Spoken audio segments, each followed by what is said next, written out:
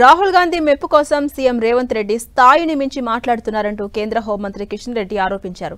ప్రధాని Modi converted BC అని రేవంత్ రెడ్డి చేసిన వ్యాఖ్యల్ని తీవ్రంగా ఖండించారు.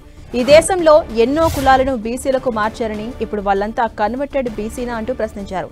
మోదీ కులాల్ని కాంగ్రెస్ హయాంలోనే బీసీలుగా మార్చినట్టుగా గుర్తు చేశారు కిషన్ రెడ్డి.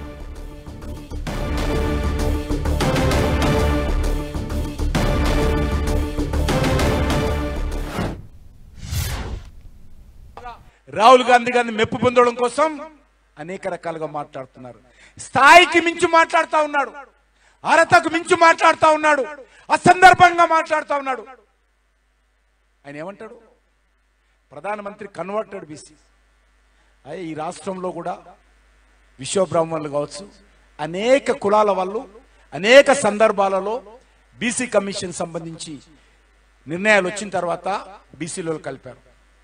నరేంద్ర మోడీ గారు ముఖ్యమంత్రి కాకముందు, నరేంద్ర మోడీ గారు ప్రధానమంత్రి కాకముందు గుజరాత్ రాష్ట్రంలో కాంగ్రెస్ పార్టీ అధికారంలో ఉన్నప్పుడు వాళ్ళు నరేంద్ర మోడీ గారికి సంబంధించినటువంటి బీసీ సామాజిక వర్గాన్ని బీసీలో కలిపారు. కన్వర్టెడ్ బీసీ అంటారు. ఎందుకు ఈరోజు ఈ రాష్ట్రంలో బంజారాలు, లంబాడి సామాజిక వర్గానికి సంబంధించినటువంటి వాళ్ళు కూడా చాలా సంవత్సరాల తర్వాత 1971లో అనుకుంటాను వాళ్ళు కూడా ఎస్టీలో చేరారు. అయితే ఈరోజు లంబాడీలంతా కూడా కన్వర్టెడ్ ఎస్టీలా, విశ్వబ్రహ్మణులంతా కూడా కన్వర్టెడ్ బీసీలా.